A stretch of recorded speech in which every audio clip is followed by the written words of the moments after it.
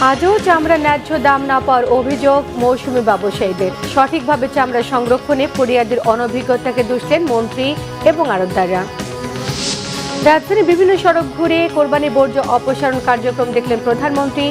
দায়িত্ব অবহেলার কারণে ঢাকা 2 সিটির 2 আঞ্চলিক নির্বাহী কর্মকর্তা সাসপেন্ড। শহীদ রাষ্ট্রপতি জিয়াউর রহমানের 45তম শাহাদাত বার্ষিকীর কর্মসূচি ঘোষণা। কয়েকটিতে অংশ নেবেন প্রধানমন্ত্রী। সরকারের বিরুদ্ধে ষড়যন্ত্র চলছে, অভিযোগ রিজভির। 8 দিন হাসপাতালে 6 নবজাতকের মৃত্যুর ঘটনায় তদন্ত রিপোর্ট দাখিল আগামীকাল। হত্যা মামলার তদন্ত শুরু করেছে পুলিশ।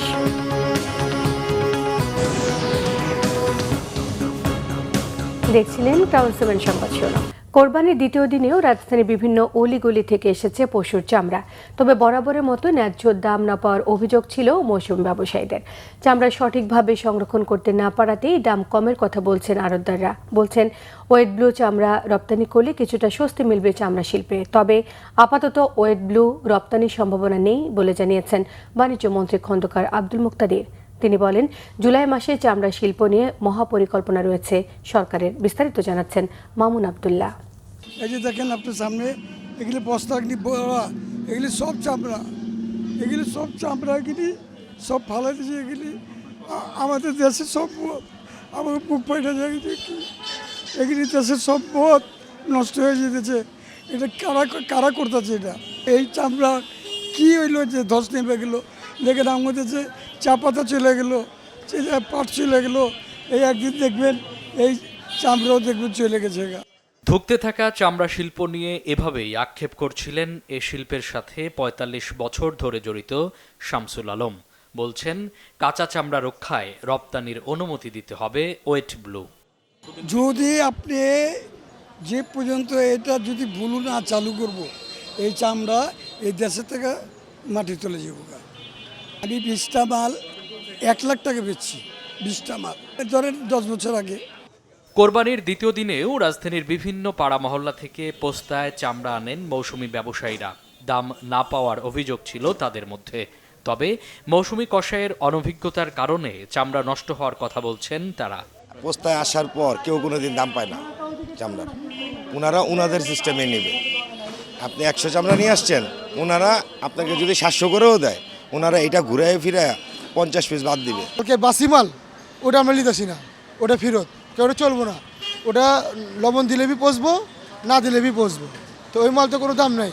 আপনি এখানে দাঁড়িয়ে রয়েছেন, পচা মালের গন্ধ পাচ্ছেন, ওখানে পচা মালের গন্ধ পাচ্ছেন। তো এই পচা মাল তো আমাদের চলবো না। চামড়া ন্যায্য দাম পাবে কি করে? কিছু চামড়া কেটে ফেলে, কিছু চামড়া ঘাও আসে, কিছু চামড়া আসে, এগুলো তো ওই দামে বিক্রি হয় না। তো যেরকম পরিমাণ আমরা চামড়া পাই, কষ্ট করে ওই অনুযায়ী আমরা দাম পাই না। ভালো মানের চামড়া ঠিক সরকারের দামে নির্ধারিত দামে বেচা কিনা হইতেছে। নো নো নো নো বাংলাদেশে কোনো সিন্ডিকেট নাই, ভুল। এদিকে শুক্রবার বিকেলে পোস্তায় চামড়া সংরক্ষণ পরিদর্শনে আসেন বাণিজ্য মন্ত্রী খন্দকার আব্দুল মুক্তাদির। জানান, জুলাইতে চামড়া শিল্প নিয়ে সরকারের মহাপরিকল্পনার কথা। ওয়েট ব্লু চামড়া আমরা রপ্তানি করতে দিতে চাই না, যদি না দেখি যে এই যে সংরক্ষিত চামড়া এটা কেনার প্রক্রিয়ায় কোনো স্লথ গতি আছে। যদি এরকম কোনো স্লথ গতি দেখি তাহলে ওয়েট ব্লু পারমিশন দেব। জুলাই মাসের মধ্যে চামড়া খাতকে নিয়ে আমরা কি উপায়ে আগাবো তার একটা বিস্তারিত পরিকল্পনা আমরা জাতির সামনে হাজির করব। এর আগে সাভারের বিসিক চামড়া শিল্পনগরীর কেন্দ্রীয় বর্জ্য শোধনাগার পরিদর্শনে যান বাণিজ্য মন্ত্রী। সাংবাদিকদের সাথে আলাপকালে তিনি বলেন, সিন্ডিকেটের কারণে চামড়া শিল্পকে ক্ষতিগ্রস্ত হতে দেওয়া হবে না। আগ্রহ এবং সক্ষমতা যারা হারিয়ে ফেলেছে সেই সব জায়গায় কিভাবে নতুন বিনিয়োগকারীকে আনা যায়, এই প্রত্যেকটা জিনিস নিয়ে আমরা কাজ করছি। হাজারীবাগ থেকে সাভারে ট্যানারি স্থানান্তরের সিদ্ধান্ত সঠিক ছিল, তবে তা তড়িঘড়ি করা হয়েছে বলেও মন্তব্য করেন বাণিজ্য ও শিল্পমন্ত্রী। মামুন আব্দুল্লাহ, বাংলা ভিশন, ঢাকা। এদিকে চামড়ার দামে হতাশ চট্টগ্রামের মৌসুমী ব্যবসায়ীরাও। তাদের অভিযোগ, সরকার নির্ধারিত দামের চেয়ে অনেক কমে চামড়া কিনছেন আড়তদাররা। তাই এবারও কোরবানির পশুর চামড়া কিনে বড় ধরনের লোকসানে তারা। আড়তদাররা বলছেন, চামড়ার সঠিক পরিমাপের হিসেব না বোঝায় লোকসানে ফরিয়ারাও। চট্টগ্রাম থেকে রিপোর্ট করছেন শাহিদা পিয়া। মহানগরী ও আশপাশের উপজেলা থেকে সংগ্রহ করা কাঁচা চামড়ার এই স্তূপ চট্টগ্রামের বিভিন্ন সড়কে। এসব চামড়া আড়তে বেচতে এসে বিপাকে মৌসুমী ব্যবসায়ীরা। তাদের অভিযোগ, আড়তদারদের সিন্ডিকেট সরকার নির্ধারিত দামের আশপাশেও চামড়া কিনছে না, বাধ্য করছে নামমাত্র দামে চামড়া বিক্রি করতে। লাভার পাই না কি করবো, আমাদের 2 লাখ টাকা 2.5 লাখ টাকা আমাদের লস। আমি বাড়ি করে আমার জানা করে এই সামনাগুলো খরচ করছি। 2 কোটি টাকা সামনে আছে, এখানে 2টা ট্রাক পুরা, এখানে 2টা ট্রাক, আবার ওইদিকে আমাদের পোস্ট অফিসের সামনে আছে 4-5 ট্রাক। এই অবস্থা, সব পালাই ফেলা গেছে। সারাদিন পরিশ্রম করে চামড়াগুলোতে কিনলাম 500-700 টাকা করে। এখন এখানে আসি সবাই রেট বলেছে 280, 300, সর্বোচ্চ হাইস্ট রেট 300 টাকা। তো আমরা চামড়াগুলো এখন কি করবো আসলে আমরা চিন্তা করতে পারতেছি না আসলে। তবে সিন্ডিকেটের অভিযোগ মানতে নারাজ আড়তদাররা। তাদের দাবি, সরকার নির্ধারিত দাম থেকে বাদ দিতে হবে খরচের এ টাকা। কিন্তু মৌসুমি ব্যবসায়ীরা এই হিসাব না বোঝায় পড়ছে লোকসানে। চামড়া দিচ্ছে মহানগরগুলো 500, 450, 700, 350 বা পরে গ্রামগঞ্জ থেকে 250-300 এরকম নিচ্ছি। পরেও তো একটু চামড়ার দাম কমছে, 200-150 টাকা বলছে, এই জন্য তো অনেকে কম পড়ছে। ওরা মৌসুমি ব্যবসায়ী লোকসান খাইছে। সংশ্লিষ্টরা বলছেন, চামড়ার ন্যায্য মূল্য নিশ্চিতে সরকারি নজরদারি, আধুনিক সংরক্ষণ ব্যবস্থা এবং ট্যানারি মালিকদের সঙ্গে সমন্বয় না থাকায় এবারও বেঁধেছে গোলমাল। শাহিদা পিয়া, বাংলা ভিশন, চট্টগ্রাম। দেশের বিভিন্ন জায়গায় কোরবানির পশু চামড়া বিক্রি না হওয়ায় বিপাকে পড়েছেন সাধারণ মানুষ এবং মৌসুমি ব্যবসায়ীরা। অনেকে চামড়া ফেলে রেখেছেন। সাতক্ষীরার শ্যামনগরে কোরবানির পশুর চামড়া কোনোভাবে বিক্রি না হওয়ায় বাধ্য হয়ে অনেকে মাটিতে পুঁতে ফেলছেন, আবার কেউ বা নদীর পাড়ে ফেলে রেখেছেন। উপজেলার বিভিন্ন ইউনিয়নের এমন দৃশ্য দেখা গেছে। গাবুরা ইউনিয়ন থেকে আসা চামড়া শুক্রবার সকাল 10টা পর্যন্ত নীলডুমুর বাজার সংলগ্ন উপকূলীয় প্রেস ক্লাবের ধারে নদীর পাড়ে পরিত্যক্ত অবস্থায় পড়ে থাকতে দেখা গেছে। ঈদের দিন সকাল থেকে উপজেলার বিভিন্ন এলাকায় কোরবানির পশু চামড়া সংগ্রহ করেন স্থানীয় ব্যবসায়ী এবং এতিমখানা মাদ্রাসার লোকজন। কিন্তু দিনভর ঘুরেও আশানুরূপ ক্রেতা না পাওয়ায় অধিকাংশ চামড়া অবিকৃত থেকে যাচ্ছে। এদিকে জয়পুরহাটেও গত বছরের মতো এবারও চামড়ার বাজারে ধস নেমেছে। মৌসুমি চামড়া ব্যবসায়ীদের অভিযোগ, জেলার বাজারগুলোতে চামড়া বিক্রি করতে হচ্ছে বিগত বছরগুলো অনেক কম দামে। এত কম দামে বিক্রি না হওয়ায় অবহেলায় মাটিতে পড়ে আছে পশুর চামড়া। চামড়ার বাজারে এমন দুরবস্থার শিকার মধ্যস্বত্বভোগী এবং মৌসুমি ব্যবসায়ীরা এখন দিশেহারা। আর যেসব হতদরিদ্র এবং এতিম শিশুরা এই চামড়া বিক্রির অর্থ থেকে একটি অংশ পেয়ে থাকে প্রতি বছর, তারাও এবার হবে বঞ্চিত। পুঁজি সংকট এবং ট্যানারি মালিকদের কাছে বকেয়া পাওনার কারণে চামড়ার দামে ধস নেমেছে বলে মনে করছেন স্থানীয় চামড়া ব্যবসায়ীরা। রাজধানীর বিভিন্ন এলাকায় দ্বিতীয় দিনের মতো পশু কোরবানি দিচ্ছেন অনেকেই। কেউ পারিবারিক ঐতিহ্য অনুসরণ করে, আবার কেউ বা ঈদের দিন কষায় না পাওয়ায় আজ পশু কোরবানি করছেন। অন্যদিকে ঈদের প্রথম দিনের মতো দ্বিতীয় দিনেও ব্যস্ততা কমেনি পেশাদার কষাইদের। রিপোর্ট করছেন মেজবা রহমান। শুক্রবার ঈদুল আজহার দ্বিতীয় দিন রাজধানী সহ দেশের বিভিন্ন এলাকায় অনেকেই পশু কুরবানি দেন এদিনেও। রাজধানীর বিভিন্ন মহল্লা বাসা বাড়িতে দেখা গেছে কুরবানির ব্যস্ততা। পশু জবাই, মাংস কাটাকাটি ও ভাগ বাটোয়ারার কাজে ব্যস্ত সবাই। রাজধানীর বিভিন্ন এলাকায় কেউ পারিবারিক ঐতিহ্য অনুসরণ করে ঈদের দ্বিতীয় দিনেও কুরবানি করেছেন, আবার অনেকে ঈদের দিনে কষাই না পাওয়া অতিরিক্ত ভিড় কিংবা সময় সংকটের কারণে ঈদের দ্বিতীয় দিনে পশু কোরবানি দেন। আমাদের তো পুরা পরিবার থেকে অনেক আগে থেকে দিয়ে আসতেছি। আমার দাদা দিত, আমার চাচা জ্যাঠা দিত ঈদের দিন, আর আমরা দিতাম ঈদের পরের দিন। আমার বাচ্চা ছিল ছোট আর কি, ওই হিসাবে আমরা ঈদের পরের দিন দেই। ভালোই লাগে, খারাপ লাগে না, কারণ ঈদের দিন তো শেষ হয়ে যায় সব কিছু। তো ঈদের পরের দিন করার হলো যে আরেকটু ইভেন্টটা থেকে যায়, ঈদের দিন কষাইদের ডিমান্ড অনেক, যার কারণে কষাই পাওয়াও যায় না অনেক সময়। যার কারণে আমরা মনে করেন আজ থেকে আরও প্রায় 20 বছর আগে থেকে আমরা ঈদের দ্বিতীয় দিন আর কি গরু ফালায় থাকি। আর কসাইরা জানিয়েছেন ঈদের প্রথম দিনের মতো দ্বিতীয় দিনেও তাদের ব্যস্ততা কমেনি। এক জায়গায় কাজ শেষ করে আরেক জায়গায় যান। কালকে তো অনেকগুলা গরু বানাইছি, খাসি বানাইছি, আজকেও বানাবো অনেকগুলা, বানাই আসি আরো বানাবো অনেকগুলা। এই 3 দিনে আপনি 40টা 50টা এগুলো কোনো ব্যাপারই না আমাদের কাছে। কুরবানির আনন্দ ঘরে ঘরে ছড়িয়ে পড়েছে বৃহস্পতিবারেই। দ্বিতীয় দিনে অনেকে কুরবানি দেয় আনন্দ সেরে এসে ভাটা নামেনি মোটেও। মেজবা রহমান, বাংলা ভিশন, ঢাকা। প্রধানমন্ত্রী তারেক রহমান ঈদুল আজহার বর্জ্য ব্যবস্থাপনার সর্বশেষ অবস্থা দেখতে রাজধানী ঘুরে বেরিয়েছেন। শুক্রবার বিকেল 4টার দিকে গুলশানের বাসা থেকে বেরিয়ে রাজধানীর বিভিন্ন সড়ক ঘুরে দেখেন তিনি। প্রধানমন্ত্রী প্রেস উইং সূত্র জানায়, গুলশানের বাসা থেকে বেরিয়ে হাতিরঝিল, রামপুরা, খিলগাঁও, বাসাবো ঘুরে হাতিরপুল, বাংলা মোটর থেকে সিআর দত্ত রোড হয়ে বসুন্ধরা মার্কেটের সামনে দিয়ে গ্রিন রোড, ফার্মগেট, মানিক মিয়া অ্যাভিনিউ হয়ে সোবহানবাগ, কলাবাগান বাসস্ট্যান্ড থেকে ধানমন্ডি এলাকার বিভিন্ন রাস্তা ঘুরে দেখেন। প্রধানমন্ত্রী উপপ্রেস সচিব জেহাদুল ইসলাম রনি জানান, প্রধানমন্ত্রী রাজধানীর বিভিন্ন এলাকায় চলমান বর্জ্য অপসারণ কার্যক্রম দেখতে বের হন। কোরবানির পর মহানগরী জুড়ে পরিচ্ছন্নতার কাজ সঠিকভাবে হচ্ছে কিনা তা দেখতে তিনি বিকেলে রাজধানীর বিভিন্ন এলাকা ঘুরে দেখেন। ঢাকা দক্ষিণ সিটির প্রশাসক আব্দুস সালাম এই সময় প্রধানমন্ত্রীর সঙ্গে ছিলেন। এদিকে রাজধানী বর্জ্য ব্যবস্থাপনার দায়িত্ব অবহেলার কারণে ঢাকা উত্তর সিটির জোন 5 এর আঞ্চলিক নির্বাহী কর্মকর্তা মোহাম্মদ সাদিক রহমান এবং ঢাকা দক্ষিণের জোন 1 এর আঞ্চলিক নির্বাহী কর্মকর্তা কাজী সালে মুস্তাফিজকে প্রধানমন্ত্রীর নির্দেশে তাৎক্ষণিকভাবে জনপ্রশাসন মন্ত্রণালয়ে ন্যস্ত করা হয়েছে। প্রধানমন্ত্রী তাদের সাময়িক বরখাস্ত করে বিভাগীয় ব্যবস্থা নেওয়ার নির্দেশ দিয়েছেন বলে জানিয়েছেন স্থানীয় সরকার প্রতিমন্ত্রী শাহে আলম। ঈদুল আজহার দ্বিতীয় দিনে আজও ঢাকা মহানগরীর বিভিন্ন জায়গায় একই সঙ্গে চলছে পশু কোরবানি এবং পশু বর্জ্য অপসারণের কাজ। এ বিষয়ে ঢাকা দক্ষিণ সিটি কর্পোরেশনের প্রশাসক মোহাম্মদ আব্দুস সালাম জানান, পর্যাপ্ত ট্রাকের অভাবে প্রথম দিনে বর্জ্য অপসারণে বেগ পেতে হয়েছে। বর্জ্য অপসারণের কাজে কোনো কর্মী অবহেলা করলে তার বিরুদ্ধে ব্যবস্থা নেওয়ার কথাও জানিয়েছেন তিনি। রিপোর্ট করছেন আরিফিন শাওন। রাজধানীর বিভিন্ন পয়েন্টে পশুর হাট শেষ হলেও রাস্তাঘাটে পড়ে আছে হাটের বর্জ্য। এর সাথে যুক্ত হয়েছে কোরবানির পশুর বর্জ্য। রাস্তার দুপাশে স্তূপ করে রাখা এসব ময়লা গরমের কারণে ছড়াচ্ছে দুর্গন্ধ। ময়লারা নিচ্ছে, তবে কাজটা স্লো করতেছে, তাই কাজটা আরো দ্রুত করা উচিত। কোনো পানি ঠানি দিয়া ধুইয়া পরিষ্কার কোনো দেখতেছি না, গ্লিসিন মিলিসিন দিয়া মানে পরিষ্কার করে বাস কুড়ে উঠে যে বাস ফালাই দিয়ে গেছে, এটা নিতে পারতেছে না তারা। অনেক তারা যেন করতেছে না, অনেক কি করতেছে তারা জানে। ওই যে ওইখান থেকে রাখে, হন্দা রাখে, হান্দা রাখে, এটি পরিষ্কার রোড হইতেছে না। আর গন্ধ তো মনে করেন ঢাকা শহরের মানুষ কি অবস্থার ভিতরে আছে আল্লাহ জানে, আর আমরা জানি, জনগণ জানে।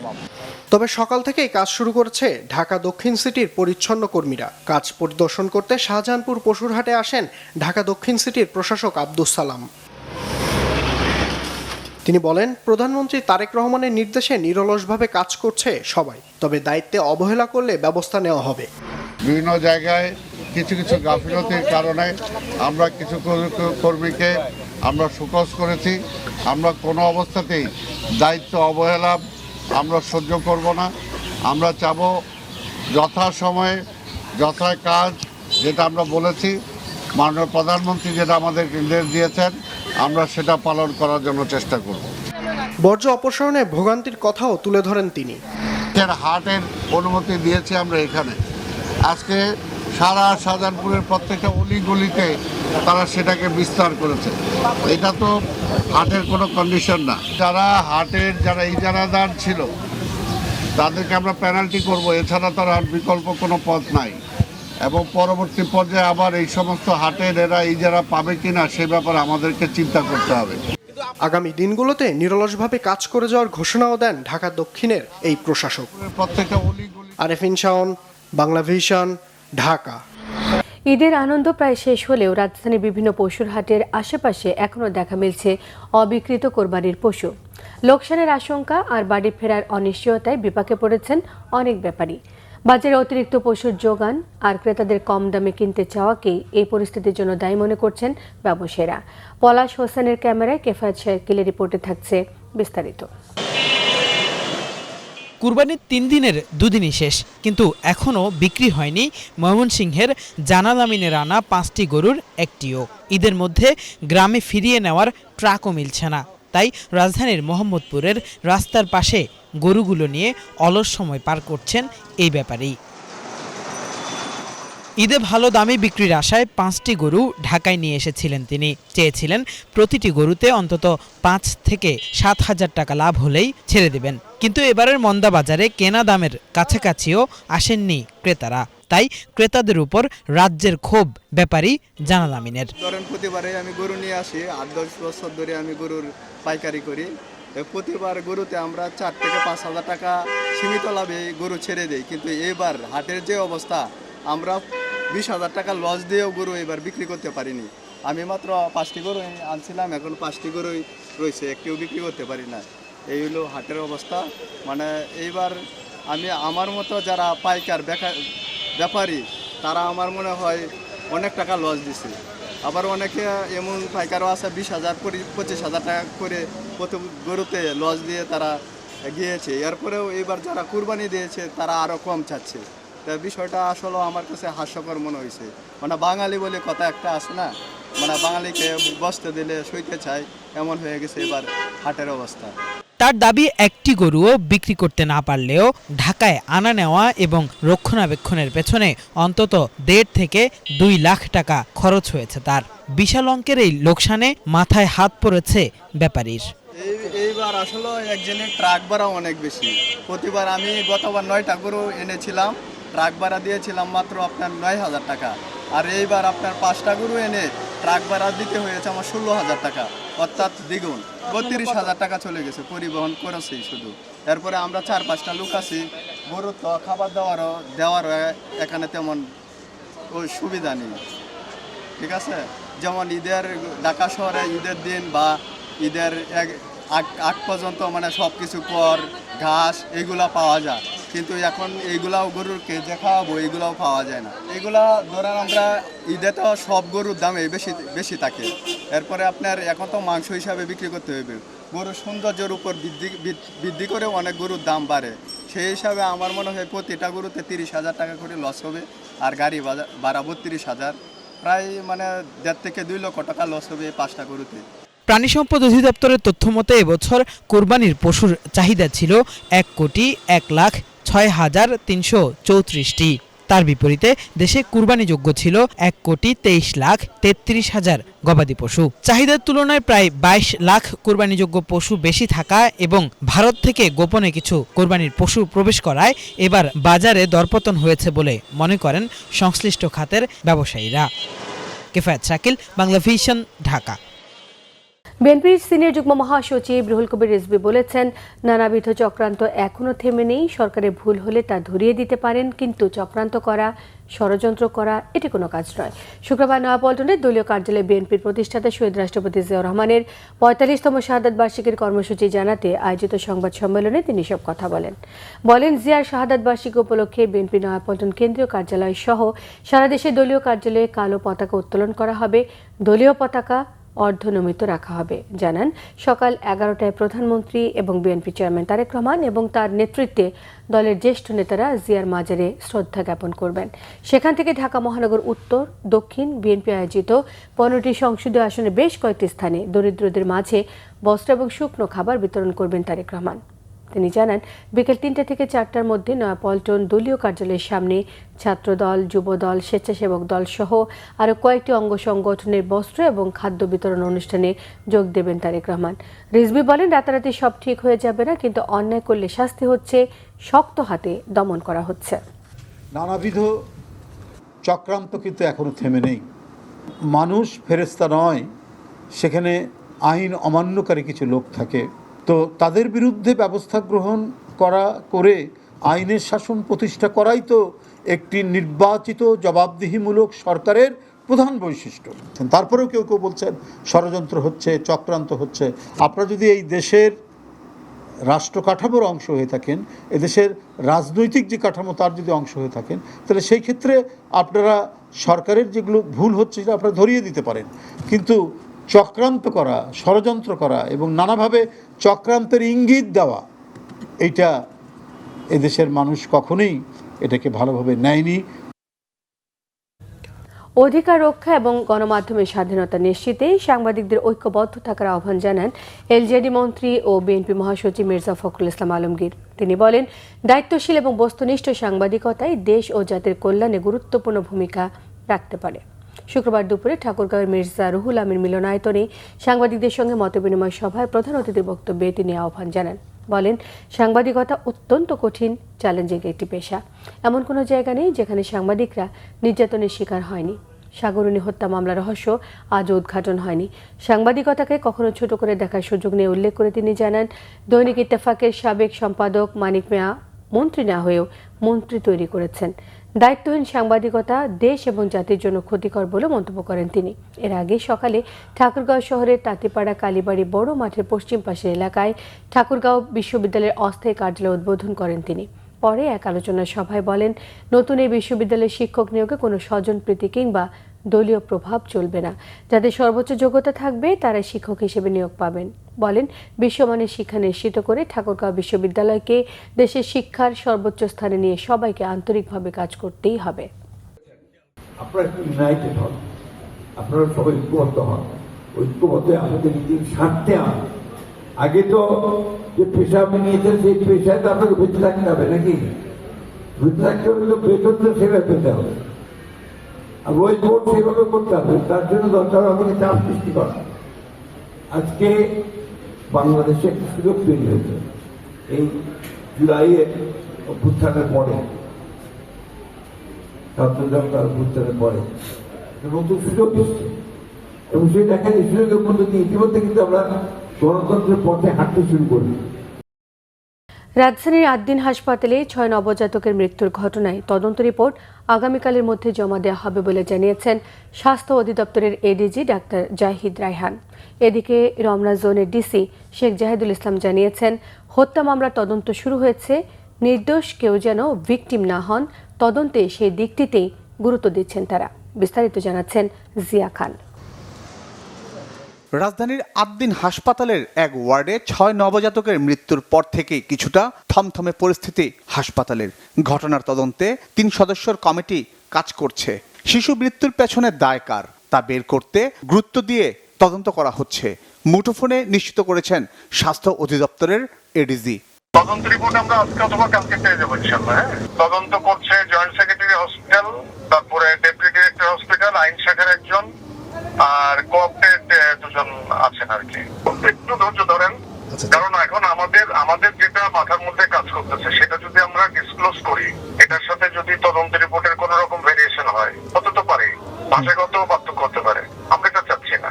ডেফিনেটলি একদম নির্মোহ একটা তদন্ত হচ্ছে, একদম নির্মোহ তদন্ত। ৬ নবজাতক মৃত্যুর ঘটনায় করা মামলাটি তদন্ত করছে রমনা থানা পুলিশ। এরই মধ্যে প্রয়োজনীয় আলামত সংগ্রহ করেছেন তারা। মুঠোফোনে নিশ্চিত করেছেন ডিসি রমনা। গ্যাসের যে কথাগুলো বলা হচ্ছে, আমরা সেটি ডিসি নিয়ে দেখেছি, মানে ক্ষতিকর কোনো গ্যাসের উপাদান তারা বলছে নাই। তবুও আমরা সিআইডি উপর ডিপেন্ড করবো, যেহেতু তারাও স্যাম্পল নিয়েছে, এটা একটা বিষয়।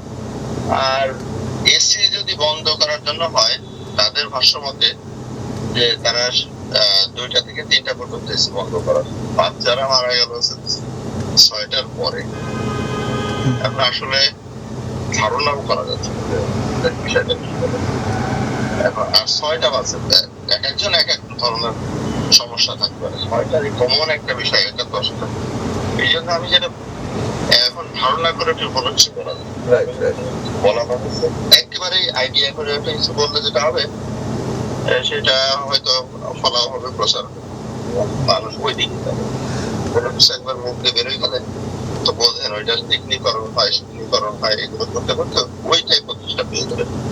যেটা প্রকৃত ঘটনা, এটা আসলে এক্সপার্ট অপিনিয়ন না পাওয়া পর্যন্ত আমাদের মন্তব্য করা তখনই ঠিক হবে না। তদন্তের ব্যাপারে ন্যূনতম কোনো ছাড় দেওয়া হবে, একেবারে স্ট্রিক্টলি তদন্ত করা হবে, এটা কমিশনার স্যার আমাকে বারবার তদারকি করতেছেন, আমাদের নির্দেশনা প্রদান করতেছেন। রাজধানীর ৮ দিন হাসপাতালে মঙ্গলবার ভোরে একে একে 6 শিশুর মৃত্যু ঘটে। স্বজনদের অভিযোগ, ওয়ার্ডে সেই সময় ডাক্তার, নার্স, এমনকি আয়াও খুঁজে পাননি তারা। এসির গ্যাস লিকেজের ফলে এই মৃত্যুর ঘটনা, এমন অভিযোগও স্বজনদের। জিয়া খান, বাংলা ভিশন, ঢাকা।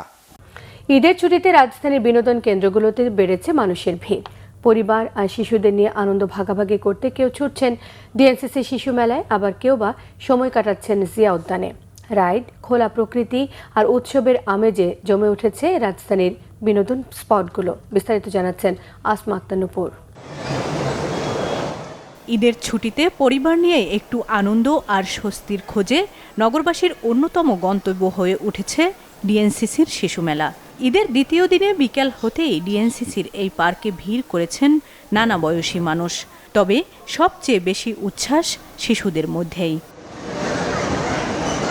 রঙিন আলো, শিশুদের হাসি আর উৎসবের আমেজে যেন এক টুকরো আনন্দনগরী হয়ে উঠেছে শিশু মেলা।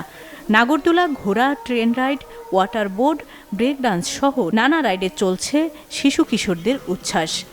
ভালো লাগছে, ভালো লাগছে। কেন কোনো তো এখনো চড়েই নাই।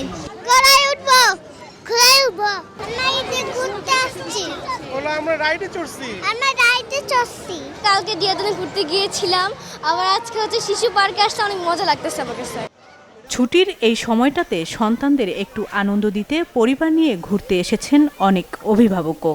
কেউ ছবি তুলছেন, কেউ আবার শিশুদের সঙ্গে রাইডে চড়েই কাটাচ্ছেন সময়। ঈদ উপলক্ষে আসা, কারণ সবসময় তো এরকম ছুটি এরকম টাইম মিলানো যায় না। বাচ্চা কাচ্চা নিয়ে রিক্সায় ঘুরতে আসলাম, সাথে এখানেও আসলাম, এই প্রথম আসলাম এখানে। 3 বাচ্চাকে বোনকে নিয়ে আসছি, আবার আজকে আমার জন্মদিন, ওদের নিয়ে আমি সেলিব্রেট করছি। কলেজ থাকে, ছুটি হয় না, অনেক দিন পর ছুটি, এর জন্য অনেক ভালো লাগতেছে সবার সাথে। আবার আমার ভাগ্নেদের সাথে দেখা হয় না সবসময়। এই পার্কটাতে বাচ্চারা মোটামুটি ভালোভাবে উঠতে পারে, তবে একটু র্যাশ আছে ঈদের জন্য আর কি। ঈদের সময় তো বাচ্চাদের নিয়ে বেড়াতে খুব ভালো লাগে, আর ওরা তো এনজয় করে এই জিনিসটা, কারণ আমরা তো মানে ঈদ ছাড়া তো আসলে বাচ্চাদের নিয়ে তেমন বের হওয়া হয় না। ঈদের সময় এটাই ঘুরতে আসা হয়, তো ভালো লাগতেছে, পরিবেশটা খুব শান্ত আর পরিবেশটাও ভালো আছে আজকের ওয়েদারটা। শুধু শিশু মেলাই নয়, ঈদের ছুটিতে নগরবাসীর অন্যতম গন্তব্য হয়ে উঠেছে জিয়া উদ্যানও। সবুজের মাঝে খোলা পরিবেশে পরিবার নিয়ে সময় কাটাতে সেখানে ভিড় করেছেন নানা বয়সী মানুষ। কেউ বন্ধুদের সঙ্গে আড্ডায়, কেউ পরিবারের সঙ্গে ছবি তুলতে, আবার কেউ হাঁটাহাঁটি করেই উপভোগ করছেন ছুটির দিন। আসমা আক্তার নূপুর, বাংলা ভিশন, ঢাকা। পবিত্র ঈদুল আজহার ছুটিতে চিরচেনা রূপ বদলেছে রাজধানী ঢাকার। যানজট আর কোলাহলের এই মেগা সিটি এখন শান্ত, রাস্তাঘাটে লোকজনের উপস্থিতি তেমন একটা নেই। তবে গণপরিবহন কম থাকা এবং অতিরিক্ত ভাড়া আদায়ের অভিযোগ করেছেন যাত্রীরা। এদিকে ঈদের দ্বিতীয় দিনেও ঢাকা ছাড়ছেন অনেকেই, রিপোর্ট করছেন ইমরুল কায়েস। প্রতিদিন রাজধানীর যে সড়কগুলোতে ইঞ্চি মেপে চলতে হয়, যেখানে ঘন্টার পর ঘন্টা কাটাতে হয় যানজটে, ঈদের ছুটিতে সেই ঢাকা এখন সম্পূর্ণ ভিন্ন। চিরচেনা ব্যস্ততার ঢাকা এখন যেন শান্ত এক ক্যানভাস। রাস্তায় নেই কর্মব্যস্ত মানুষের কোলাহল, নেই হকারদের হাঁকডাক। নারীর টানে সিংহভাগ মানুষ ঢাকা ছাড়ায় ফাঁকা হয়ে পড়েছে ফুটপাত থেকে শুরু করে প্রধান প্রধান সড়ক। যান্ত্রিক এই শহরে এমন শান্ত পরিবেশ বছরে কেবল ঈদ এলেই দেখা যায়। তাই তো অনেকেই পরিবার নিয়ে ঘোরাঘুরি করতে বেরিয়েছেন। আমরা ঘুরতে বেরিয়েছি, ভাইয়ের বাসায় ঘুরতে যাব ঈদের পরের দিন। ঈদের ছুটি সবাই একটু ছুটি পেয়েছে আর কি, সবাই একটু ঘুরতে বেরোছি। রাস্তাঘাট তো পুরাই ফাঁকা এখন বর্তমানে, খালি বাস স্ট্যান্ডের দিকে একটু জ্যাম আছে। তবে গণপরিবহন কম থাকায় অনেকেই ভোগান্তির কথা বলছেন। বাইক, সিএনজি, রিক্সা চালকরা বলছেন যাত্রী না থাকায় ঠিকমতো ভাড়া মারতে পারছেন না তারা। আমি ঢাকা মিরপুর যাচ্ছি, মিরপুরে এখন গাড়ি পাচ্ছি না তো ঠিক মতন, মানে সবকিছু বন্ধ থেকে গাড়ির লাইনগুলো বন্ধ। ঢাকা শহরে তো লোক নাই তো মামা, যাত্রী কম, আর বাসের হালকা পাতলা লোক আছে দেশে যাইতেছে। ভাড়া তারা সীমিত, এরকম টিপ নাই, খুব মানে একটু সমস্যায় আছি। ঢাকা শহরের বাসিন্দাদের নিরাপত্তা নিশ্চিত করতে তৎপর রয়েছে আইন শৃঙ্খলা বাহিনী। তবে ফাঁকা রাস্তায় অনেকেই বেপরোয়া গাড়ি চালাচ্ছেন। দুর্ঘটনা এড়াতে ট্রাফিক পুলিশ রয়েছে সতর্ক অবস্থানে। ঈদের সময় রাস্তাঘাটে গাড়ির যান চলাচল স্বাভাবিকভাবেই কম থাকে, যার কারণে আমাদের বেশি বেগ পোহাতে হচ্ছে না। অটো রিকশার বিরুদ্ধে আমরা নিয়মিত ব্যবস্থা নিচ্ছি এবং আমাদের এই ক্ষেত্রে আমাদের হাই অফিসিয়াল থেকেই নির্দেশ আছে। প্রিয়জনের সাথে মোলাকাতে অনেকেই ঈদের দ্বিতীয় দিনও ঢাকা ছাড়ছেন। নানা কারণে ঈদের আগে অনেকেই দেশের বাড়ি যেতে পারেননি, তাদেরকে রাজধানীতে থাকতে হয়েছে। তবে ঈদের দ্বিতীয় দিনে এসে সুযোগ মতো তারা দেশের বাড়িতে যাচ্ছেন প্রিয়জনদের সাথে ঈদের বাকি আনন্দ উপভোগ করতে। তাই এভাবেই তারা গন্তব্যে যাওয়ার জন্য বিভিন্ন পরিবহনের জন্য দাঁড়িয়ে রয়েছেন, অপেক্ষা করছেন।